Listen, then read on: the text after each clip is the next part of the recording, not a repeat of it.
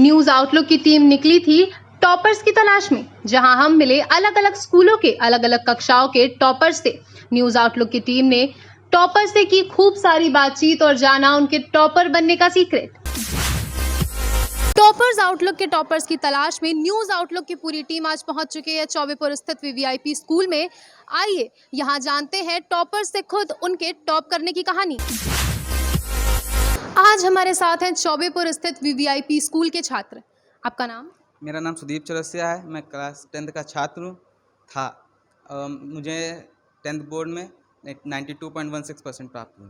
First of all a very big congratulations to you. मेरा सबसे पहला क्वेश्चन है कि आपको क्या एक्सपेक्टेशंस थी कि आपके इतने अच्छे मार्क्स आ जाएंगे? मैम, एक्सपेक्टेशंस तो थी, इससे अच्छा करने की उम्मीद थी, पर जितना हुआ टीचर्स की गाइडेंस की वजह से आज इतने अच्छे मार्क्स हम लोग को हमें मिले हैं। तो आपने जो ये सफलता प्राप्त की, आप उसका सबसे ज़्यादा श्रेय किसको देना चाहेंगे? मेहनत आपकी थी, पर उसके साथ साथ उसके पीछे किसी का सहयोग चाहिए होता है, तो आपको क्या लगता है आपको सबसे ज़्यादा गाइडेंस किसके थ्रू मिली? आपने कोचिंग की या सिर्फ स्कूल के सहारे से ये नंबर प्राप्त किए? मैम, सिर्फ स्कूल के सहारे से हमें प्राप्त हुए हैं। टीचर्स की मोटिवेशंस और पेरेंट्स की सब बदौलत ये मिले हैं। आपके सब्जेक्ट्स क्या क्या थे? Math, science, English, Hindi and computer.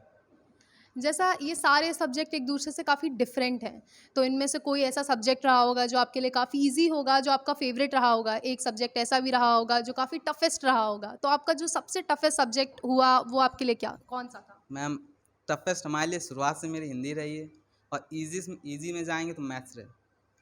तो मैथ्स आपके लिए एक इजी सब्जेक्ट है। मैथ्स हम सब जानते हैं एक स्कोरिंग सब्जेक्ट होता है, एज वेल एज बहुत ट्रिकी भी होता है।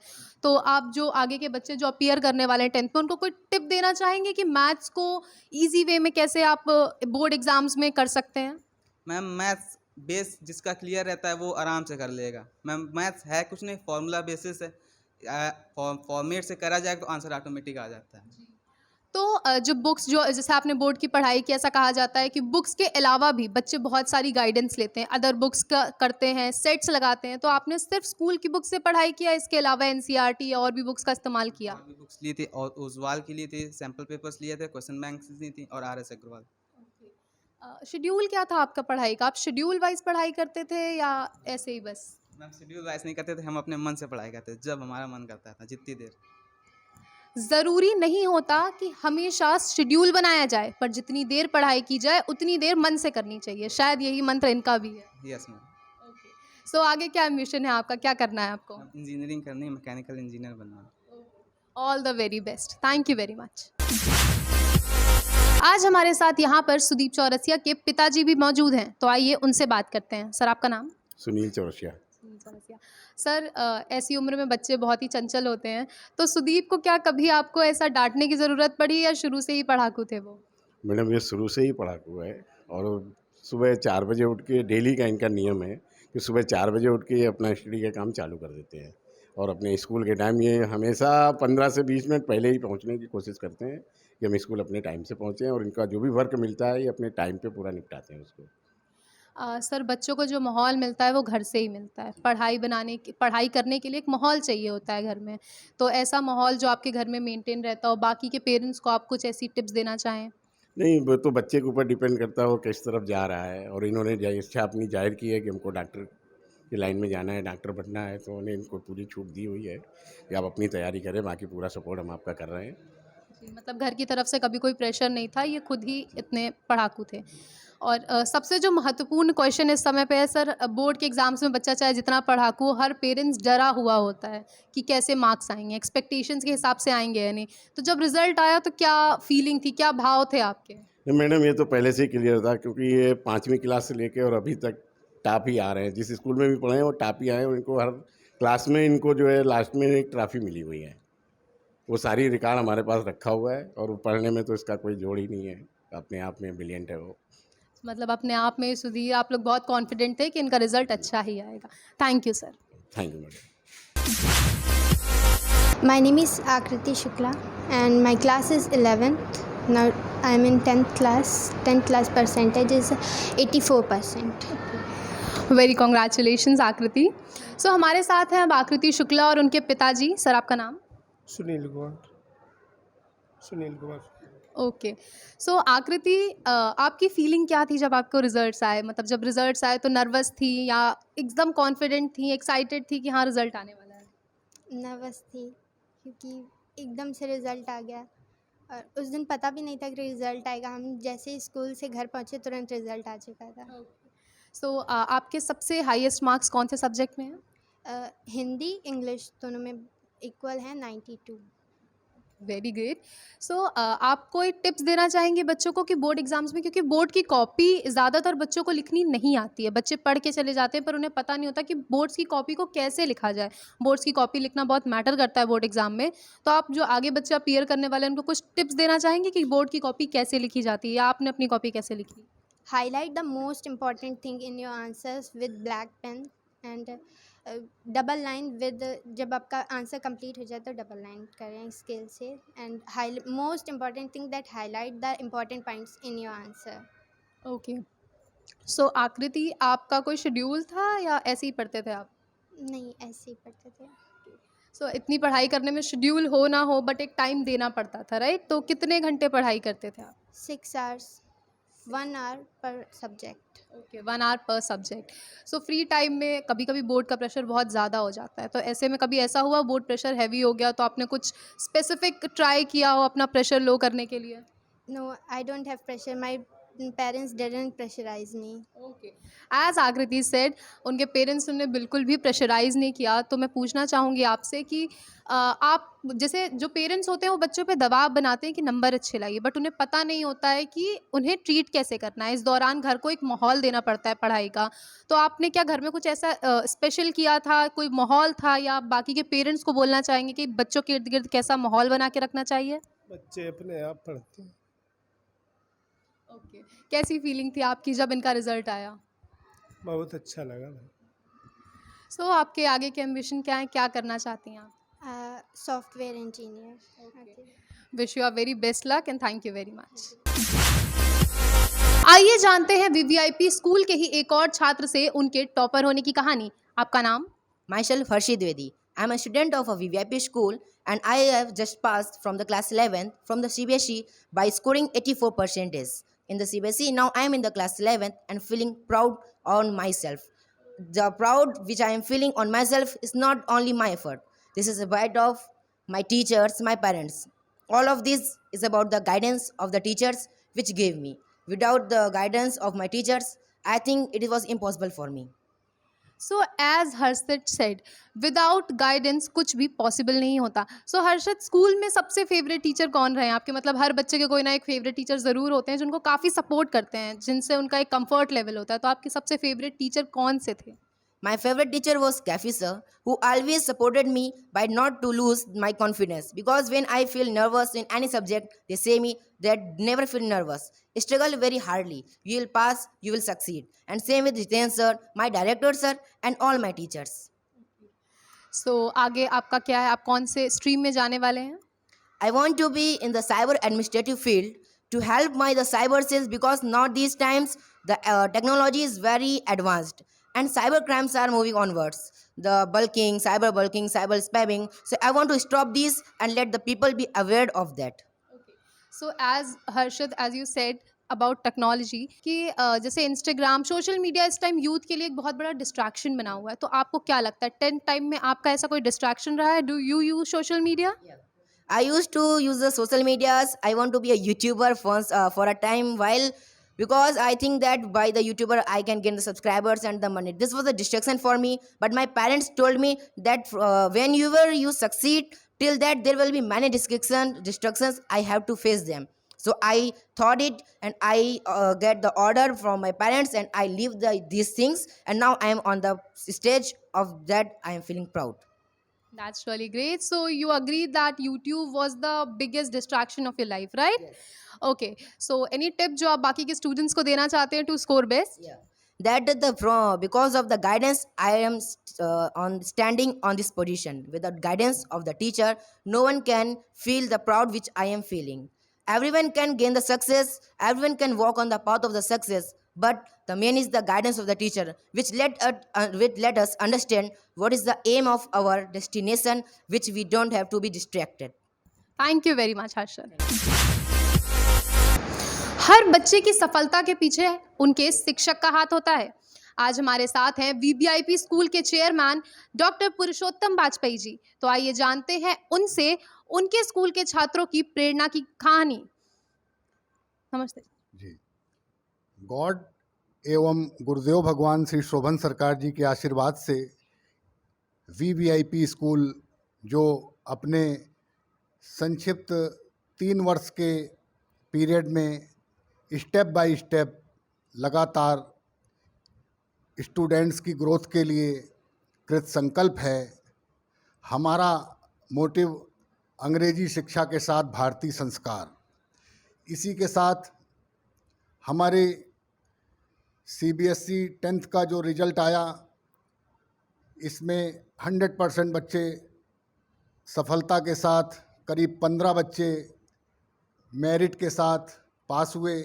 ये मैं उन बच्चों के त्याग तपस्या एवं एनर्जेटिक टीचर्स के द्वारा जो बच्चों को गाइडलाइन दी गई, उसका proper principal sir, director sir के जो अथक प्रयासों से आज ये स्कूल ने फर्स्ट रिज़ल्ट में ही एक कीर्तिमान स्थापित किया। मैं सभी को कोटि कोटि धन्यवाद एवं शुभाशीष प्रदान करता हूँ। जी सर, कई बार ऐसा हुआ होगा जब बच्चे या टीचर्स ऐसा बोलते होंगे कि सर अब नहीं हो रहा है, या बच्चे डीमोटिवेटेड फील करते होंगे।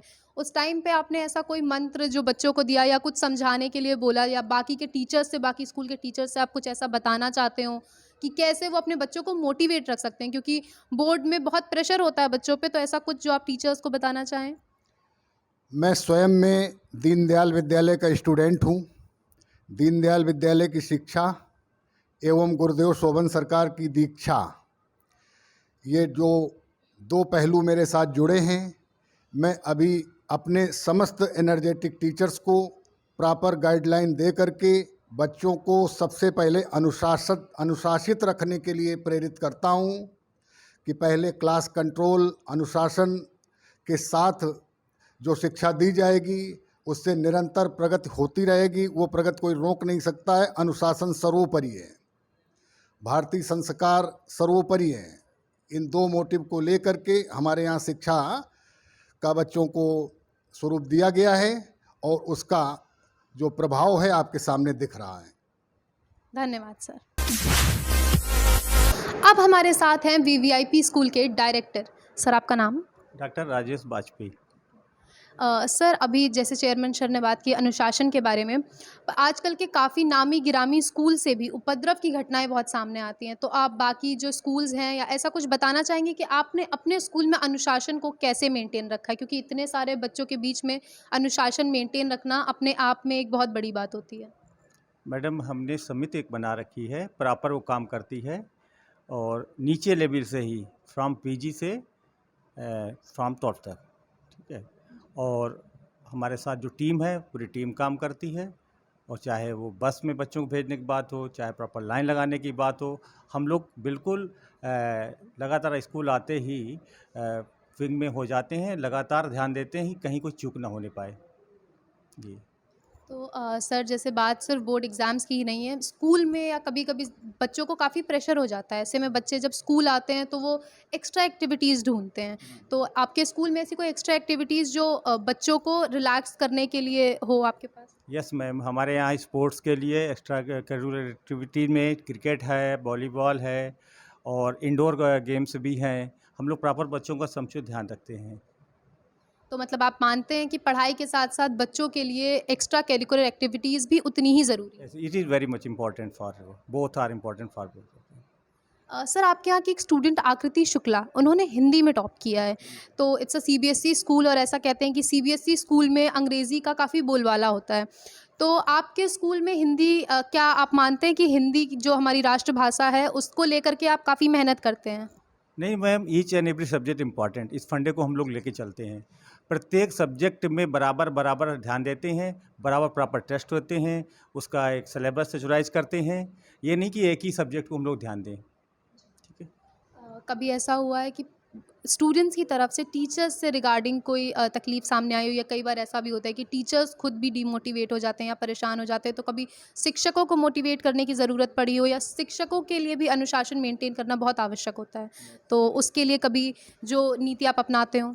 हमारे चेयरमैन सर हैं, हमें समय समय पे हमें निर्देशित करते रहते हैं कैसे काम करना है, तो हम लोग बराबर उन्हीं के संरक्षण में काम कर रहे हैं मैम। और कोई बात जो आप हमारे दर्शकों से कहना चाहते हो अपने विद्यालय से संबंधित? बस ठीक है मैम, अनुशासन हमारी मेन फील्डिंग है, अनुशासन। और मैं चाहता हूँ हमारे बच्चे मोस्टली जो आजकल जो लोग नहीं करते हैं स्ट्रीम, हम चाहते हैं IAS, PCS, सिविल सर्विसेज तरफ बच्चे ज़्यादा मोटिवेट हों।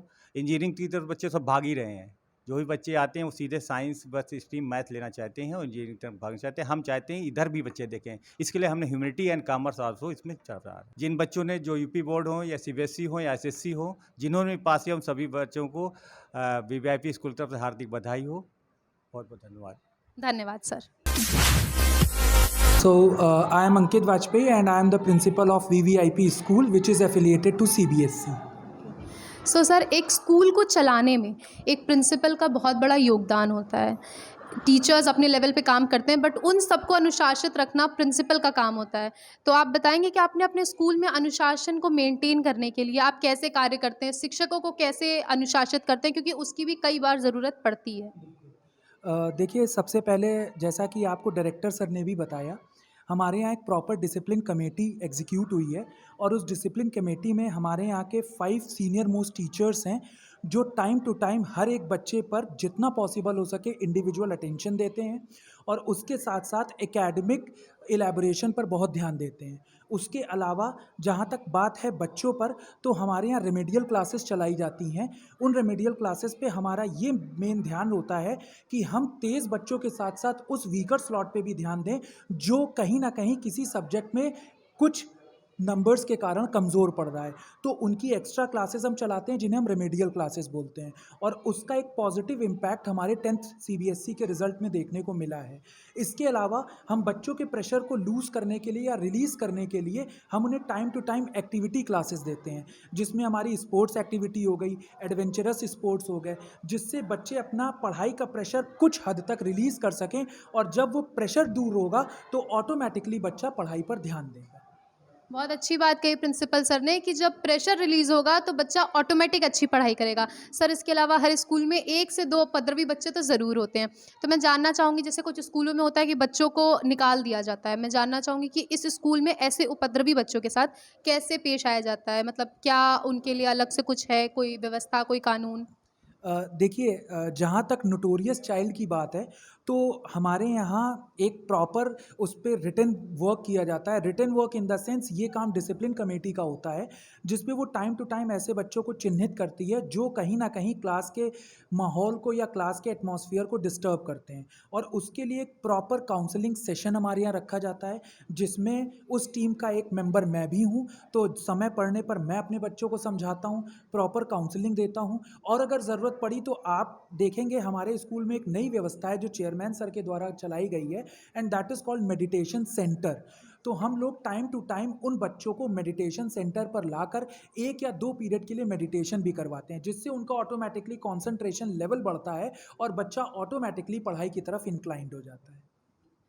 सर, इसके अलावा कई बार शिक्षकों द्वारा भी कुछ उपद्रवी हरकतें कई बार सामने आ जाती, क्या कभी ऐसा इस विद्यालय में कुछ हुआ है? और अगर हुआ है तो इस विद्यालय में, क्योंकि ज़्यादातर विद्यालयों में देखा जाता है कि शिक्षकों द्वारा की गई गलतियों को कहीं ना कहीं दरकिनार कर दिया जाता है या ध्यान नहीं दिया जाता है, बातें दबा दी जाती हैं ये कह के कि वो शिक्षक हैं, तो कई बार बच्चे डर जाते हैं, बच्चे कुछ नहीं बोलते, जिनका उनके दिमाग पर बहुत ही गहरा प्रभाव पड़ता है। तो ऐसा कभी कुछ हुआ है इस स्कूल में? और अगर हुआ है तो टीचर्स के लिए क्या कानून है? क्या सेम कानून है या कुछ अलग है? देखिए, जहाँ तक बात है टीचर्स में इनडिसिप्लिन की, तो मेरा ये मानना है कि वही टीचर इनडिसिप्लिन होंगे जो मैच्योर नहीं होंगे। हमारे यहाँ एक सीधी सी पॉलिसी है कि हम उन्हीं टीचर्स को अपने यहाँ अपॉइंट करते हैं जो at least TGT and PGT norms को फॉलो करते हैं, जो सीबीएसई के नॉर्म्स भी कहते हैं। तो जब एक मैच्योर टीचर आता है जो मुझे लगता है कि मिनिमम 30 इयर्स या 30+ इयर्स का होता है, तो उनसे इन डिसिप्लिनरी एक्ट की जो भूमिका होती है वो कम हो जाती है या ना के बराबर होती है। तो इसीलिए अभी पिछले कुछ सालों से मैंने ये पर्सनली एक्सपीरियंस किया है कि ऐसी कोई कंडीशन या ऐसी कोई सिचुएशन हमारे स्कूल में नहीं देखी गई है और टीचर अपना प्रॉपर काम with respect to their academics बहुत ही सिंसियरली कर रहे हैं। ओके। और कोई बात जो आप देश के बाकी छात्रों से कहना चाहते हैं जिन्होंने 10th या 12th में अच्छे मार्क्स स्कोर किए हैं? मेरी एक ही सजेशन है सारे बच्चों को जो 10th पास कर चुके हैं, जो आगे की क्लासेस में जा रहे हैं या जो अपकमिंग 10th में हैं, कि केवल और केवल एक प्रॉपर टाइम टेबल के साथ एंड कंसंट्रेशन के साथ ही पढ़ाई की जाती है। कुछ बच्चों का ये मानना होता है कि वो मैथ्स या इंग्लिश या साइंस, ये जो मेजर सब्जेक्ट्स हैं उसमें वो अच्छे हों, बाकी के सब्जेक्ट्स में वो एवरेज करते हैं। तो मेरा ये मानना है कि अगर आप 6 के 6 सब्जेक्ट को इक्वल इंपॉर्टेंस देंगे तभी आप सीबीएसई में अच्छे नंबरों के साथ, अच्छे परसेंटेज के साथ पास हो सकते हैं। तो मेरा यही एक सजेशन है कि एकेडमिक स्ट्रांग बनने के लिए आपको सारे सब्जेक्ट में इक्वल मेहनत करनी होगी। और इसी के साथ मैं अपने स्कूल के सारे बच्चों को जिन्होंने बहुत ही अच्छे परसेंटेज के साथ 10th बोर्ड की परीक्षा पास की है, हार्दिक स्वागत करता हूं और उन्हें बहुत शुभाशीष देता हूं।